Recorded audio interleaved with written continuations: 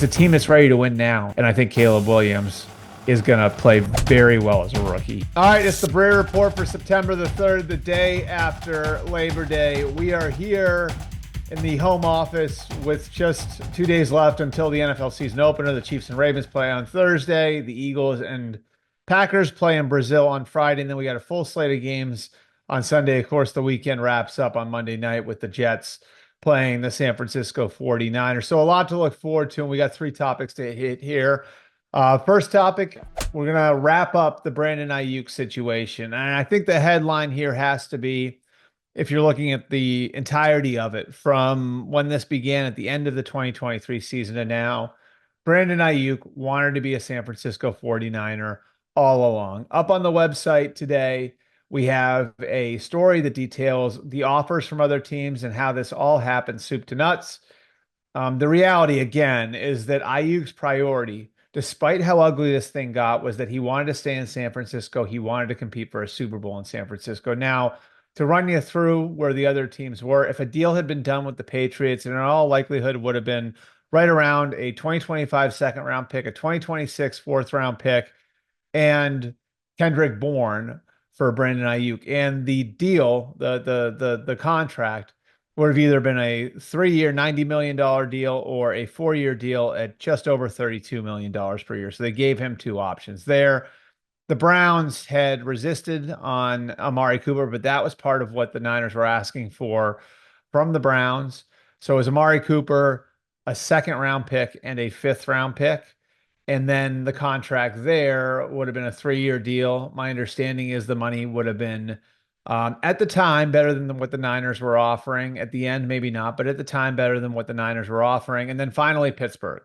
The Steelers were the most serious suitor all along. They refused to give up a current player. I'm going to get to why in a second. They refused to give up a current player. They like where they are from a roster standpoint. They wanted to build onto the roster, not taking anything off of it. But they were willing to part with second and third round picks.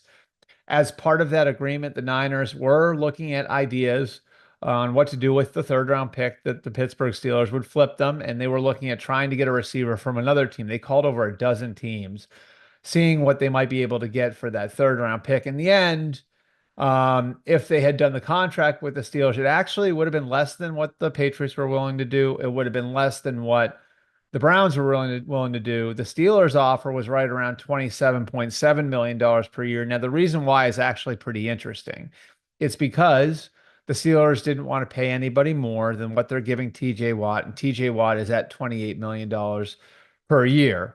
So the question then becomes, why would Brandon Aiyuk have chosen the Steelers as the team of the three? Obviously, the situation football-wise is better in Pittsburgh than it would have been in New England. You could argue Cleveland had a better football situation than Pittsburgh. What Brandon Aiyuk liked about the Steelers was Mike Tomlin. And Aiyuk and Tomlin had built a rapport over Zoom calls before the 2020 draft. You remember that was the draft when the pandemic was at its height. And so there was no in-person meeting, but over those Zoom calls, Aiyuk and Tomlin built a little bit of a bond. And so that was the team that had the Niners thing fallen through, Aiyuk wanted to go to. And that was the team the Niners went the furthest down the road with, again, looking at what they could do with the third round pick that would have come over. So that deal was sitting out there. That deal was the one that came closest to getting done. Why did it not get done? Again, the reality is that Brandon Aiyuk all along wanted to be a San Francisco 49er.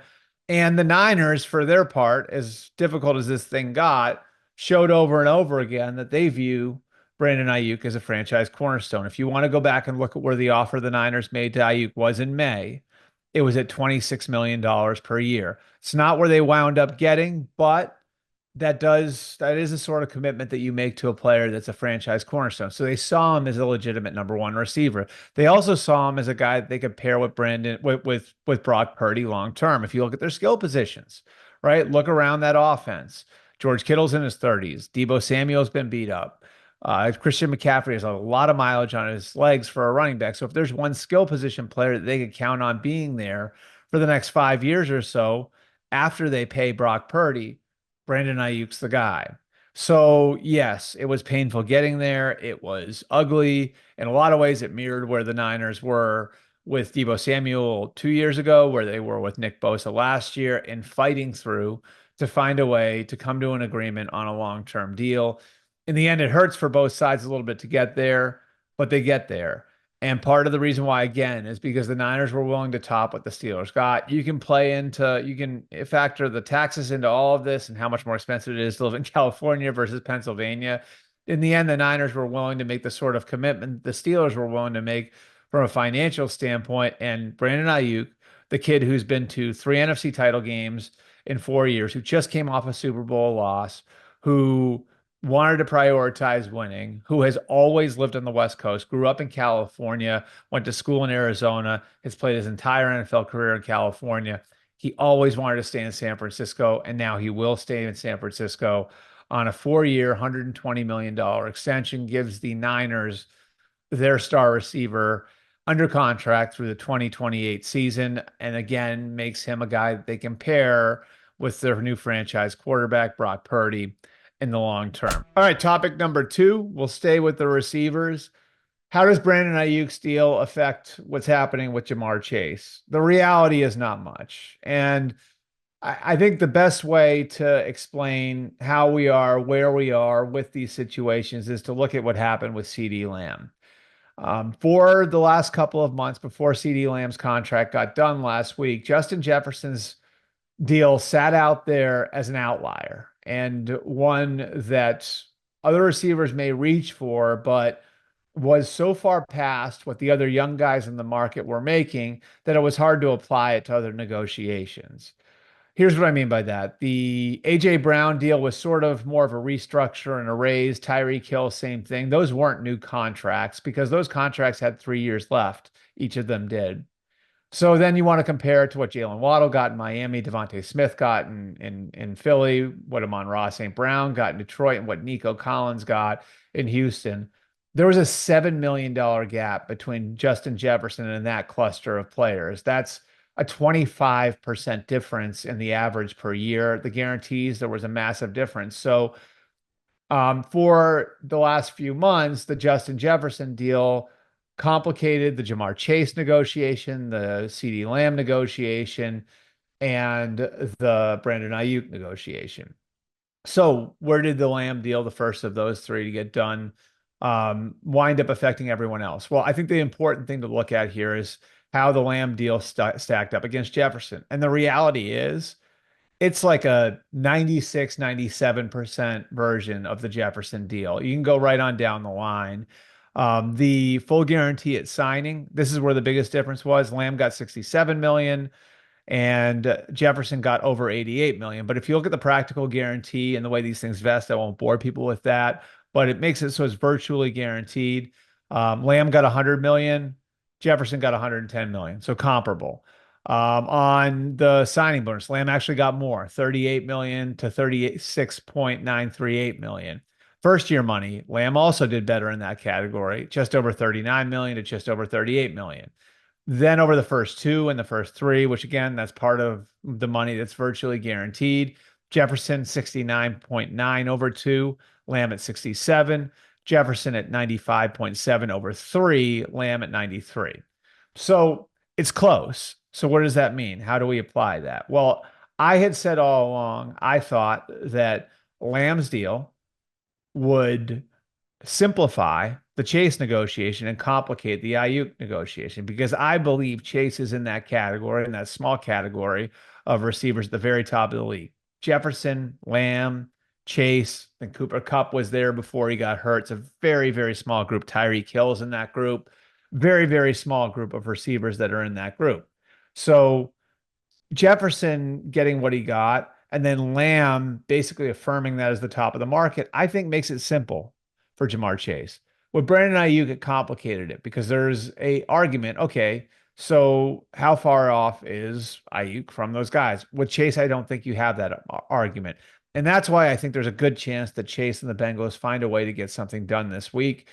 Chase and Jefferson have been in touch the entire offseason. They're very good friends, of course, teammates at LSU. Chase kept close eye on what was happening in the Jefferson negotiation, and Chase has all along wanted to top Jefferson. The Bengals did have an argument against that and saying, well, Chase has 2 years left on his deal. He hasn't been quite as productive as Jefferson. Chase could come back at them and say, well, I was the best receiver on a Super Bowl team as a rookie, and I am one of the two or three best receivers in football. And there aren't very many people that would argue that.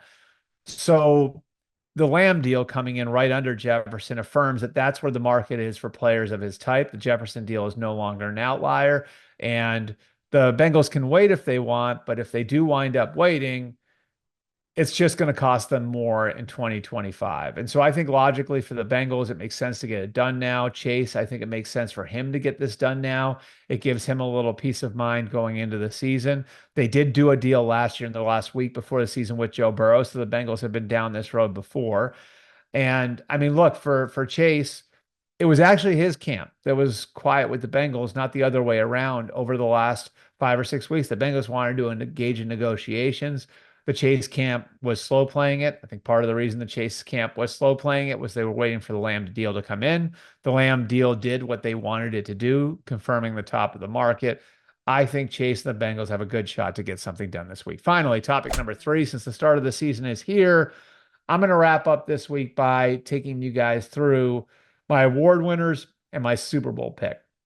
So why don't we start with the individual award winners? My MVP for 2024 is Joe Burrow. You can read why on the site. I did a big story with Joe, his family, his coaches this week. I think Joe Burrow is poised to have a huge year. He has been very patient in getting his wrist back to health. I think he's there. It's forced him to work on other parts of his game. He's got a great team around him. There is a real sense of urgency there. They're going to get the rookie tackle, Amarius Mims, backs early in the season. And once Mims comes back, they think the world of him. He could be a real upgrade for them on the offensive line. As in all likelihood, they're starting right tackle. I think Burrow is the MVP of the league. Offensive player of the year. I'm giving it to Christian McCaffrey. This would mean back-to-back offensive player of the year awards for McCaffrey. It's hard for me to go against what my eyes are telling me here and watching the way he played the last couple of years and how perfect a fit he is for Kyle Shanahan's offense. I think they're going to be the best team in the league. Hint, hint on my team pick. But, I think that once again, Christian McCaffrey is going to be the lead dog in that offense. I think he's a threat to have a thousand season.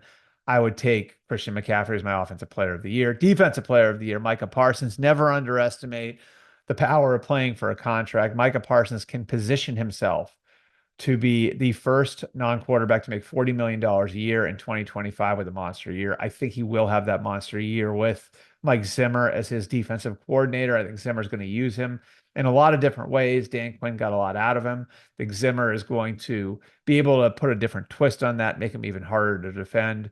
So that is my defensive player of the year, Micah Parsons from the Cowboys. Offensive rookie of the year, Caleb Williams. Love the way that the Bears ramped him up. I like what's around him. They've invested in the offensive line, spending a top 10 pick on Darnell Wright last year. The skill positions goes without saying how they've invested there with DJ Moore, Rome Odunze, Keenan Allen coming over from the Chargers, DeAndre Swift coming over from the Eagles. It's a team that's ready to win now. This is year 3 for Matt Eberflus and Ryan Poles.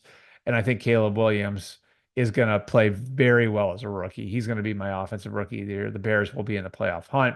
Defensive rookie of the year, Leatu Latu, the defensive end from the Colts. Really love Leatu Latu as an edge rusher. And I think as long as his health permits, he's going to be a really good player in the pros. I also think having Samson Ekibom go down is going to cause the Colts to lean on Latu a little bit more, and having DeForest Buckner on the defensive line will create favorable matchups because Buckner is going to eat up double teams. Leatu Latu from the Colts, my defensive rookie of the year. And finally, my coach of the year, and this is long overdue, Matt LaFleur, who I think has proven himself to be one of the very best head coaches in all of football. I think the Packers are going to challenge the Lions in the NFC North. I don't think they win the division, but I think they could win 11 or 12 games. I think Jordan Love's going to have a monster year. I think it's going to highlight the job that Matt LaFleur has done. And if you look at my picks on the site, which they'll be on the site this week, you'll see there's a lot of chalk there. So in a year when there's a lot of chalk, I think this is where, voters will go back and look and see, is there someone here who really deserves it, who's earned it over the last few years? And getting back-to-back MVP seasons from Aaron Rodgers, managing the Aaron Rodgers situation with his front office, developing Jordan Love in the background, developing a good young roster, turning over some key positions. Matt LaFleur's touched all the bases. And I think one thing that's going to be interesting, that's going to put another point in his favor here, is the hire of Jeff Hafley as defensive coordinator. I think Hafley is going to make a really big difference for the Packers. Packers will be in the playoffs. LaFleur will be my coach of the year. NFL season just 2 days away. Appreciate you guys checking out the Breer Report. We will be back again after the first game is played on Friday morning. We'll see you guys then.